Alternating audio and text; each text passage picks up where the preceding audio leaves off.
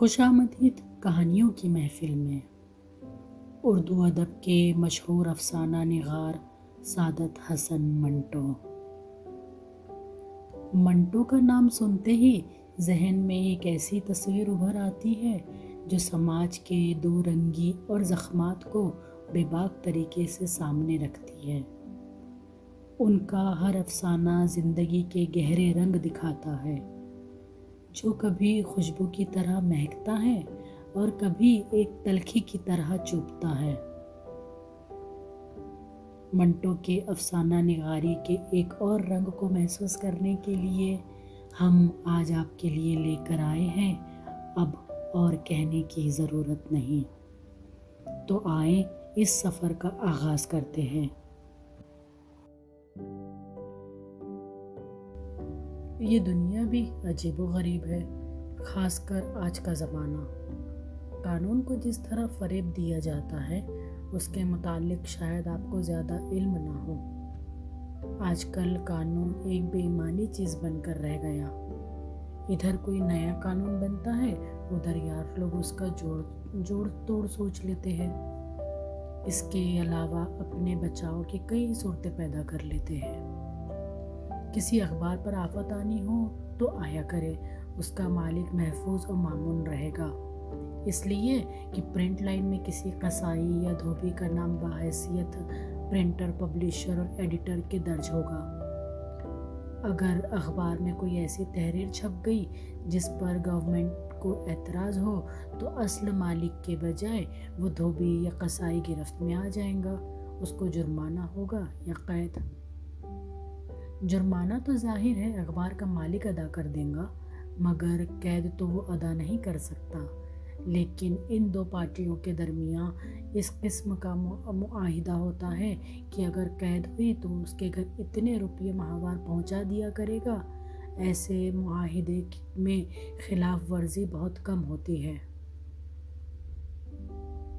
جو لوگ ناجائز طور پر شراب بیچتے ہیں ان کے پاس 2-3 آدمی ایسے ضرور موجود ہوتے ہیں جن کا صرف یہ کام ہے کہ اگر پولیس چھاپا مارے تو وہ گرفتار ہو جائیں اور چند ماہ کی قید کاٹ کر واپس آ جائے۔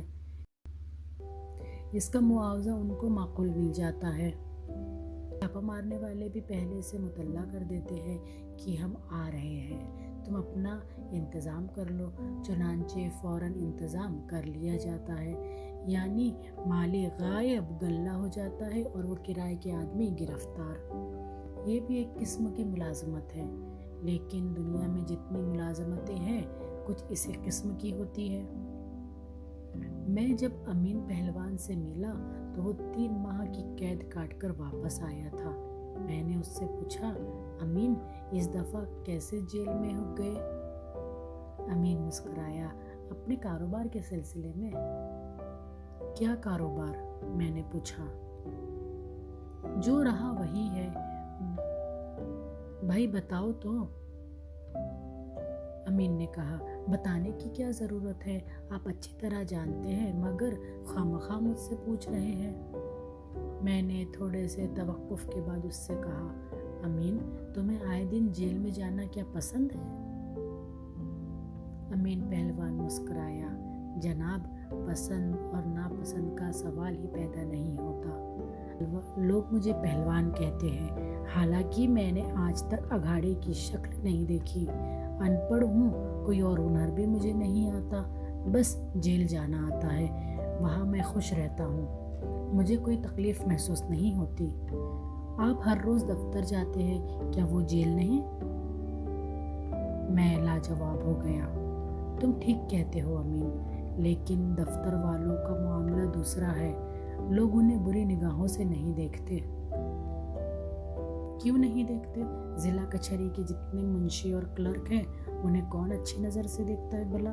رشوتیں لیتے ہیں، جھوٹ بولتے ہیں اور پرلے درجے کے مکار ہوتے ہیں۔ مجھ میں ایسا کوئی عیب نہیں، میں اپنی روزی بڑی ایمانداری سے کماتا ہوں۔ میں نے اس سے پوچھا، کس طرح؟ اس نے جواب دیا، اس طرح کہ اگر کسی کا کام کرتا ہوں اور قید کاٹتا ہوں، جیل میں محنت مشقت کرتا ہوں اور بعد میں اس شخص سے جس کی خاطر میں نے سزا بھگتی تھی مجھے 200-300 روپے ملتا ہے تو یہ میرا معاوضہ ہے، اس پر کسی کو کیا اعتراض ہو سکتا ہے؟ میں رشوت تو نہیں لیتا، حلال کی کمائی کھاتا ہوں۔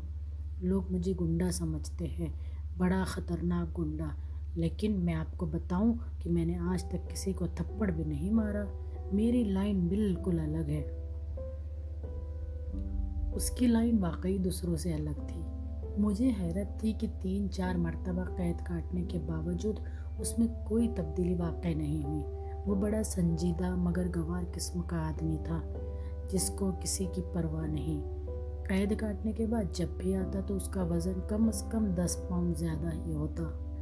ایک دن میں نے اس سے پوچھا، امین کیا وہاں کا کھانا تمہیں راس آتا ہے؟ اس نے اپنے مخصوص انداز میں جواب دیا، کھانا کیسا بھی ہو اس کو رس کرنا آدمی کا اپنا کام ہے۔ مجھے دال سے نفرت تھی، لیکن جب پہلی مرتبہ مجھے وہاں کنکروں بھری دال دی گئی اور ریت ملی روٹی تو میں نے کہا، امین یار یہ سب سے اچھا کھانا ہے، کھا ڈنر پیل اور خدا کا شکر بجا۔ چنانچہ میں 1-2 روز ہی میں عادی ہو گیا، مشقت کرتا، کھانا کھاتا اور یوں محسوس کرتا جیسے میں نے گنجے کے ہوٹل سے پیٹ بھر کھانا کھایا ہے۔ میں نے ایک دن اس سے پوچھا، تم نے کبھی کسی عورت سے محبت کی ہے؟ اس نے اپنے دونوں کان پکڑے، خدا بچائے اس محبت سے، مجھے صرف اپنی ماں سے محبت ہے۔ میں نے اس سے پوچھا، تمہاری ماں زندہ ہے؟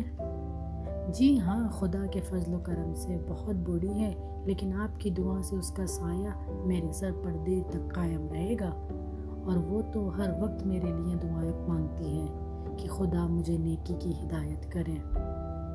میں نے اس سے کہا، خدا تمہاری ماں کو سلامت رکھے، پر میں نے یہ پوچھا کہ تمہیں کسی عورت سے محبت ہوئی یا نہیں؟ دیکھو جھوٹ نہیں بولنا۔ امین پہلوان نے بڑے تیز لہجے میں کہا، میں اپنی زندگی میں آج تک کبھی جھوٹ نہیں بولا، میں نے کسی عورت سے محبت نہیں کی۔ میں نے پوچھا، کیوں؟ اس نے جواب دیا، اس لیے کہ مجھے اس سے دلچسپی ہی نہیں۔ میں خاموش ہو رہا۔ تیسرے روز اس کی ماں پر فالج گرا اور وہ راہ ملک عدم ہوئی۔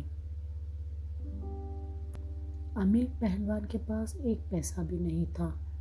وہ سوگوار، مغموم اور دل شکست بیٹھا تھا کہ شہر کے ایک رئیس کی طرف سے اسے بلاوا آیا۔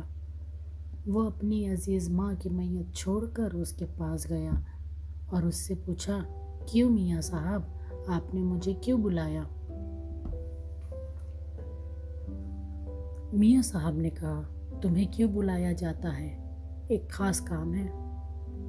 امین نے جس کے دل و دماغ میں اپنی ماں کا کفن دفن تیر رہا تھا پوچھا، حضور یہ خاص کام کیا ہے؟ میاں صاحب نے سگریٹ سلگایا، بلیک مارکیٹ کا قصہ ہے۔ مجھے معلوم ہوا ہے کہ آج میرے گودام پر چھاپا مارا جائے گا، سو میں نے سوچا کہ امین پہلوان بہترین آدمی ہے جو اسے نپٹا سکتا ہے۔ امین نے بڑے مغموم اور زخمی انداز میں کہا، آپ فرمائیے میں آپ کی کیا خدمت کر سکتا ہوں؟ بھئی خدمت کی بات تم مت کرو، بس صرف اتنی سی بات ہے کہ جب چھاپا پڑے تو گودام کے مالک تم ہوں گے، گرفتار ہو جاؤ گے، زیادہ سے زیادہ جرمانہ 5,000 روپے ہوگا اور 1-2 برس کی قید۔ مجھے کیا ملے گا؟ امین نے کہا، جب وہاں سے رہا ہو کر آؤ گے تو معاملہ طے کر لیا جائے گا۔ امین نے میاں صاحب سے کہا، حضور بہت دور کی بات ہے، جرمانہ تو آپ ادا کر دیں گے لیکن قید تو مجھے کاٹنی ہوں گی، آپ باقاعدہ سودا کریں۔ میاں صاحب مسکرائے، تم سے آج تک میں نے کبھی وعدہ خلافی کی ہے؟ پچھلی دفعہ میں نے تم سے کام لیا اور تم کو 3 مہینے کی قید ہوئی، کیا میں نے جیل خانے میں ہر قسم کی سہولت بہم نہ پہنچائی؟ تم نے باہر آ کر مجھ سے کہا کہ تمہیں وہاں کوئی تکلیف نہیں تھی، اگر تم کچھ عرصے کے لیے جیل چلے گئے تو وہاں تمہیں ہر آسائش ہوگی۔ امین نے کہا، جی یہ سب درست ہے، لیکن کیا؟ امین کی آنکھوں میں آنسو آ گئے۔ میاں صاحب میری ماں مر گئی ہے۔ کب؟ میاں صاحب نے کہا۔ آج صبح۔ میاں صاحب نے افسوس کا اظہار کیا۔ کفنا دفنا دیا ہوگا؟ امین کی آنکھوں میں سے آنسو ٹپ ٹپ گرنے لگے۔ میاں صاحب ابھی تو کچھ بھی نہیں ہو سکا، میرے پاس تو افیم کھانے کے لیے بھی کچھ نہیں۔ میاں صاحب نے چند لمحات حالات پر غور کیا اور امین سے کہا، تو ایسا کرو، میرا مطلب ہے کہ تجہیز و تقفیم کا بندوبست میں ابھی کیے دیتا ہوں، تمہیں کسی قسم کا تردد نہیں کرنا چاہیے، تم گودام پر جاؤ اور اپنی ڈیوٹی سنبھالو۔ امین نے اپنی میلی قمیص کی آستین سے آنسو پوچھے۔ لیکن میاں صاحب، میں اپنی ماں کے جنازے کو کندھا بھی نہ دوں؟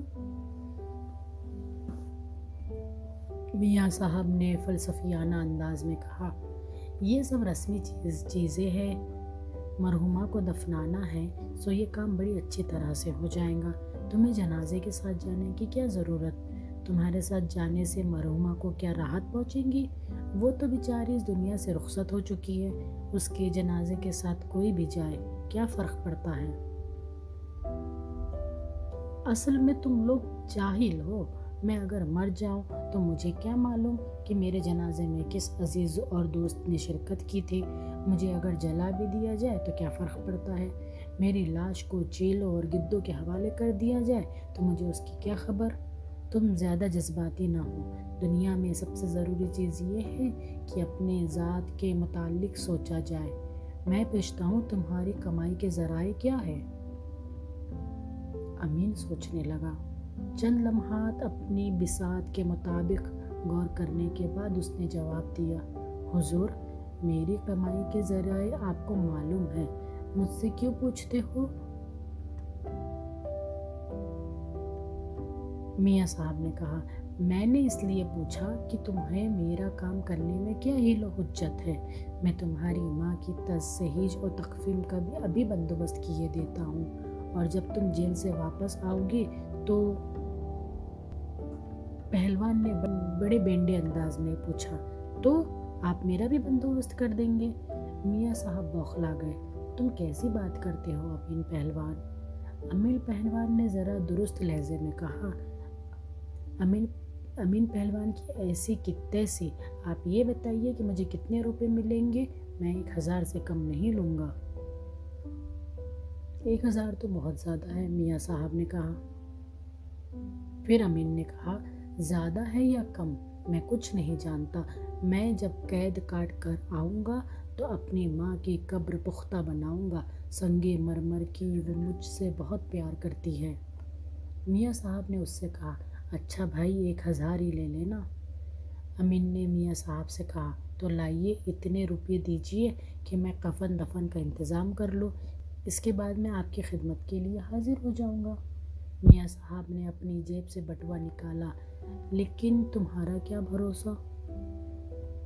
امین کو یوں محسوس ہوا جیسے اس کو کسی نے ماں بہن کی گالی دی ہے۔ میاں صاحب، آپ مجھے بے ایمان سمجھتے ہیں؟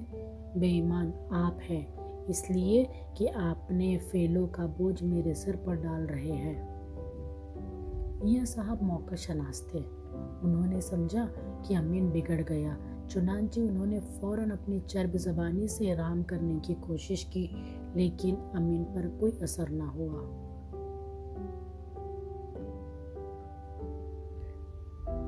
جب وہ گھر پہنچا تو دیکھا کہ غسال اس کی ماں کو آخری غسل دے چکے ہیں، کفن بھی پہنایا جا چکا ہے۔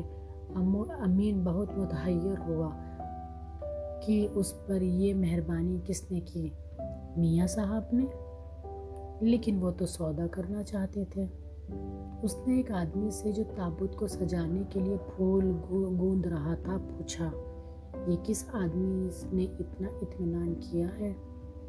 پھول والے نے جواب دیا، حضور آپ کی بیوی نے۔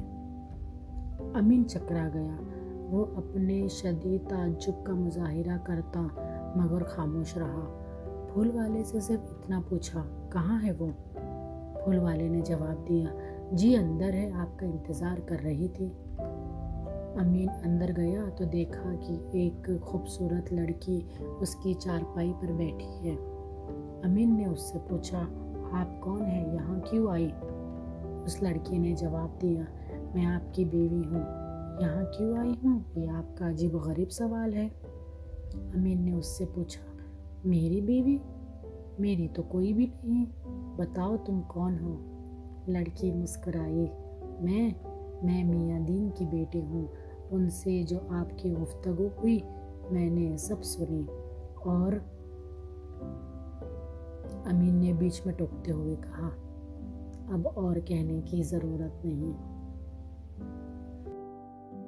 تو یہ تھی سعادت حسن منٹو کی کہانی، اب اور کہنے کی ضرورت نہیں۔ منٹو کے افسانے ہمیشہ اپنے انجام پر سوچنے پر مجبور کر دیتے ہیں، اور یہ کہانی بھی ہمیں انسانیت اور ہمدردی کی ایک اور پہلو سے روبرو کرتی ہے۔